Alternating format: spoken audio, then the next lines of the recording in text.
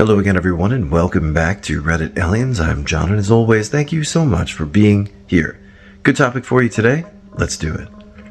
People who have witnessed acts of the occult, Wiccan, or Voodoo, what's the strangest thing you've seen happen? Please remember to like, share, and subscribe. I was the victim of a bear walker. In First Nations culture, a bear walker is someone who uses our sacred medicines for bad and not good. They can make someone very sick. Only a medicine man may reverse it, and it often comes as a gamble for the bear walker. Once reversed, they will suffer more than the one they made sick. I was 20 years old and very healthy. One night, I had a dream I was in a field and was picking wild flowers. From each direction, a tornado was coming at me. I woke up in a fevered sweat. That began 2 months of sheer misery. My doctor kept saying that I had a UTI. She would give me antibiotics, and it would subside for a while. I lost 40 pounds in the span of 2 months. By the end of it, I couldn't walk and barely ate. Finally, my mom got tired of it. My sister bundled me up, and we went to the hospital. Though an earlier ultrasound showed nothing, there was a huge growth on my ovary. A few days later, I had surgery, and when the doctor came to visit me, he said he'd never seen anything like it. It was a yellow, almost concrete-like substance around my ovary. I got better, but my mother remained unconvinced and scheduled an appointment with a medicine man. We gave him tobacco, and he smoked a pipe and sang a song. He said something along the lines of a woman seeing me at a powwow. She became interested in who I was because of my mother. She threw a piece of medicine in my path. I stepped on it, and it went up the right leg. He asked me if I still felt it, and I said yes. He took a bone, what kind I'm not sure, placed it in the area and began to suck. Weird, I know. He started vomiting yellow, like the doctor said. He gave me medicines and rituals for my mom to do. I went home that night and slept for 13 hours. My sickness never returned. This happened a few years ago. I was on a dating site and matched with an attractive person, so I started chatting. We made it to the plans tonight part of the conversation, and she told me she was going to play hide and seek with Fluffy, pointing out the item in their second profile picture. A bloody rabbit mask. Okay, let's be weird. So I played along until she mentioned that they would be playing in my basement. I thought, how in the hell? Wild guess probably. I lied and told her I didn't have a basement. Immediately she texted, "Oh yeah?" And I heard snickerfritz booming from the basement. I won't lie to you, Reddit, I about shit myself. Obviously I blocked her and froze for an hour before I gathered the courage to check my completely enclosed from the outside basement. I didn't find anything, thankfully. I didn't have a smart device at all and didn't have any speakers that could have been hacked. I didn't even have wireless internet at the time. The basement was completely empty. I can't explain it in the slightest. I went to a voodoo shop in New Orleans that had a lot of signs up that said no pictures. My boyfriend's mom wanted some voodoo dolls and wanted to see pictures of them before he bought it. I told him not to because I had a bad feeling about it. Immediately after taking the pictures, his cell phone lost signal. Mine was totally fine. He couldn't send the picture, so we walked outside and a car drove by and splashed him with water, but I was dry. Freaked us out. I told him to delete the pictures, and we had to buy the 2 dolls he took pictures of. A mother-fucking ghost pulled my father from the ankle out of his bed when he was sleeping because he didn't want to go to his aunt's funeral that same week. My mom was with him, of course, and we woke up to see how he was just in the middle of the bed with his legs dangling outside, and he was scared, pale from fear. We've had so many paranormal stuff happen to us. Maybe it's because where we live? When I was a teen, a bunch of my friends went through a Wiccan phase. I honestly thought it was a bunch of hooey, but played along for the most part because, hey, they could have got into drugs or horses instead, right? But despite thinking it's bullshit, there was one moment that made me question things. Us girls had met up to hang out, and one was brandishing a wooden walking stick. I poured my energy into this totem, she declared. then started passing it around the room. The others cooed about how they could feel the power within, and they held it. Of course, someone handed me the stick eventually. I could barely contain my eye roll as I took it. As I held the walking stick, it sent a tingling sensation up my arms. I passed it on quickly. Not as dramatic as some of the stories here, but gosh, that was weird. I was about 13, and my grandma was a believer in spirits, witches, etc. Well, I had just pissed her off, and she told me I was going to pay. That night I woke up at about 3 in the morning and saw a little kid with a green shirt on in my room. He stared at me for about a minute, and I couldn't look away. He then ran out of my room, straight through the door, laughing. About 30 minutes later, another figure appeared in my room who looked about 15. He just stared at me and mumbled something, and no matter how hard I tried, I couldn't talk, scream, or move. I could only look. He then vanished into seemingly thin air. The next night, I woke up at about the same time, as it sounded as if there were 50 people in my room screaming at me to kill myself, kill my family, and just a lot of negative thoughts in general. The next day, I got anointed, and it stopped. Later that day, I had to see my grandma, and I instantly started to get sick after I hugged her, and she just sat there with a smirk on her face. I then got anointed again, and it stopped. I still can't explain how she did it, but I still to this day am afraid to make my grandma mad. Oof. Well, personally, I'm of the logic and mindset that anything is possible, right? So if something could have very negative repercussions to you or your body, why do you do that? Anyway, I think this is a karmic cycle, and I wouldn't delve too deeply into darkness. Protect yourself, sure, but you shouldn't aim to hurt people. When I was in high school, I had this sudden bout of nightmares and sleep paralysis. I wasn't going through a stressful time or anything, and I don't freak out easily. I grew up watching 80s and 90s horror films, and I normally sleep with total darkness and doors closed. These nightmares were super sudden and happened almost every night. It was constant sleep paralysis, where my room was on fire, or there were bats thrashing around above me, or there was a figure hovering over my body and I couldn't breathe, the classic. Sometimes my speakers let out strange frequency-type sounds, even when it was switched off. Things would fall off my shelves, etc. My mom would always find me sleeping on the couch the next morning with the TV on because it was so scary. Suddenly, it all stopped. And when I told my mom, she admitted that she had sought advice from a priestess who engraved a blessing for me on a silver pendant and instructed my mom to place it in my room. She didn't want to tell me to see if it would work. I've never had such episodes since. This is a pretty mundane story, but I feel it captures something of what real magic might be like.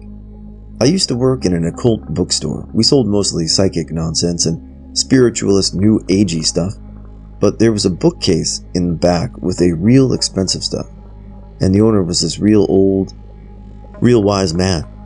This woman used to come in when I was working, and she'd just talk for ages and ages.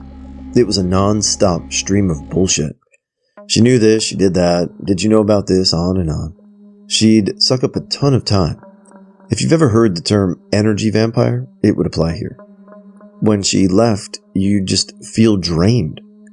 One day she comes in while the owner is there. She walks up to the counter and starts her shtick, and he's very polite and listening. But she just sort of runs out of steam, like within 60 seconds. She hums and haws a bit, and then walks out of the store. It would usually take me an hour to get rid of her, and he shut her down in a minute flat, with a smile on his face. I mention it to him, and he says, "There's a circle of protection painted under the floor for a reason." Kid I was friends with in high school was jumped on 2 separate occasions. First, a mutual friend lured him outside his house, where a large group of dudes waited. One of them jumped him and beat him fairly badly. Second was a very high school meet-me-after-school type fight, which my friend won, and was subsequently jumped by the fight loser's boxer friend. That one he got severely fucked up. So fast forward a year or so, he and I are kind of grown apart. He tells me he's getting into Satanism and made a pact to sell his soul. He asked for 3, the one that lured him, the loser on the second fight, and the boxer to all be killed. Luring guy died in a freak car accident 2-ish years later, thrown from back of a topless Jeep. Loser of the second fight died 4-ish years later, heroin overdose. Boxer died 4-ish years later, don't know. We're in our mid-40s now. He's married with a kid. All probably total coincidence, but at the time it was like, what the did you do? I rented a house a few years back and never believed in paranormal or any sort of spirit stuff. My first week in the house was kind of a few creaks here and there, but nothing major. I very soon started to feel like I was being watched or just a presence in general. The third week I started waking up in the middle of the night with large scratches, almost cuts, going the length of my arm, from my wrist to my armpit, 3 scratches all parallel. Always on my right arm. I didn't think much of it. One night I hear a loud bang, go to the back and notice my back door was open. Okay, no worries. I shut and locked the door with a dead bolt. Next morning I wake up and the door wide open, but the freaky part, the deadbolt is still in the locked position as well as the knob. It really starts to freak me out now. I start telling a person I work with about this stuff. He told me his sister was a Native American shaman priestess, whatever it was, and she would come sage bless my house if I wanted. The next week she came over with, I believe it was called sweetgrass and sage. She burned the sage walking around and told me can definitely feel a presence in the house. She hung the sweetgrass over my bed, and ever since I haven't had anything strange happen. Very strange. My sister is really into occult, Wiccan, witchcraft kind of stuff. I think she meant to be Wiccan, but a 13-year-old isn't incredibly discerning. Around the time she got into it, our house started to get incredibly creepy. We would see things move out of the corner of our eyes. Nobody wanted to be home alone. Nobody wanted to be in the living room at night. At first, we could blame it on the house and the land. Then we moved. Not just houses, but continents. The weird stuff followed. All of it was always centered around my sister and her room, and it was always aggravated when she did serious cleaning, and especially when we moved. The height of it was when we were moving back to the US. We had 2 different flight groups. My mom and sister left 6 weeks before the rest of us to pick the new house, while my dad, brother, and I cleaned and packed the old house. We heard thumping from my sister's room. The windows and doors would open and close on their own. Not possible from just the wind, and shadows would move wildly under the door pretty much every night, even with the blinds closed. I'm not sensitive or discerning of that kind of stuff, but it was plain as day even to me. It was only my sister finally moved out of our next house, and we cleaned out her room, that it all ended. Whatever it was tied to my sister and any sort of disorder, uncleanliness. Both my husband and I have family members who have a little magic. One, I was staying with my grandma so she could help me with the baby. I had a bad toothache and waiting for my appointment. Up late with pain, trying to be quiet so I don't wake anyone. My 2-year-old calls for me. I bend over the playpen and she puts her tiny hand on my cheek and said, "Poor mama." That instant, the pain was gone. 2. I was helping my cousin move into his first apartment. When I pulled into the parking lot, my daughter looked up from her dolls, said monsters live there. She spent the day talking to her friends from behind the curtain. I didn't tell my cousin about the monsters. He moved out after 20 days. 3. When I was 20, I had a detailed dream that I was talking to a little girl. "We have to save him." "Who?" I asked. She looks over at the side of the raft, and in the black oily water, a baby boy is floating. I pick him up and hold him in my lap. The girl smiles and tells me, "I'm glad we picked you." 3 years later, I have a daughter and a newborn son who looks just like the kids in my dream. 4. When I was 13, my future sister-in-law spent the night. We were up late and noticed the corners of my room getting darker. It kept closing in and we got scared. We went down to the living room and sat close to each other. That is when we saw the large, rotten fox. walking on its hind legs outside the picture window. It looked at us for a long time before it walked away. I have a lot more. Safe to say, I believe in the possibility of a world just outside of notice. When I first became a pagan, when I was 15 or 16, I celebrated Ostara by leaving an offering to the Fae outside of a wooden slab in my garden, which was fenced off and only accessible by going into it from the house. The offering was a little cake made with eggs and flour, and the next morning it was gone, and in its place was a witch's whisk, a bundle of blackberry sticks bound with a vine or something. None of my family members, mom and her husband, were home the day I left the offering, and neither had any idea as to where it could have come from. I believe them because my mom is terrified of the paranormal, and her husband is a straight-laced and humorless, not the kind of guy to pull pranks whatsoever. To this day, I still have it. I'll post pictures if anyone wants to see. My mom and I, both practitioners of witchcraft. I'm a white witch while my mom is a dark witch, which means she deals with hexes, curses, etc. My mom has hexed people in the past that have hurt her or her family. She's not afraid of karma or the rule of 3. One of the curses I saw was when I was a child. There was a man who worked with my stepfather who would constantly steal clients from him or would take credit for my stepfather's work. He actively tried to sabotage my stepfather's employment, and my mother got fed up. She performed a hex on him, and within days the guy had fallen from favor at work. All his clients were canceling appointments for varying reasons. His deals were falling through, his hair was thinning from stress, his family was going through economic hardships, etc. The guy's life completely did a 180, and to this day he hasn't fully recovered from it. He still struggles with making sales and is constantly getting on his employees' nerves. Another time, an old friend of mine and I had an awful falling out. Her betrayal really hurt me and I fell into a depression for a long while. She tried turning friends against me and did everything she could to hurt me. My mother decided to return some of that negative energy her way and performed a hex. I didn't know it at the time, otherwise I would have told her not to, but she put a curse on her and her family. Well, within days, everything went wrong. Her family fell into economic hardship, and they lost the family car and almost lost their house. Her father had a stroke out of nowhere, and with no family history of it, thankfully nothing serious, but was bedridden for days and couldn't work. Her schoolwork suffered, and her family had a period of real tough times. My mom didn't tell me what she had done until months later, at which point I was terrified of her. Magic isn't something to be done lightly, and hexes especially are dangerous things. I wouldn't touch them with a 10-foot pole, but my mom actively practices them. I worry when karma comes to collect. These stories remind me of my youth. I once met one guy on the internet who practiced stuff. Before we ever met, I told him to make a summoning circle like the ones you do when trying to reach a deceased person, but to reach me instead of someone deceased. At the time, I was quite delusional about my body. I considered my chest narrow and fat, but everyone else would say I'm very broad, strong, and muscular. But we only had each other's close-up face selfies.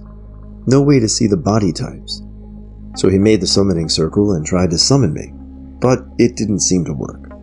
Then, we both went to sleep. The next morning, he said he had a dream about me and told me that he saw me looking very strong and muscular with broad shoulders, but I also had a dream where I saw him. He was very skinny.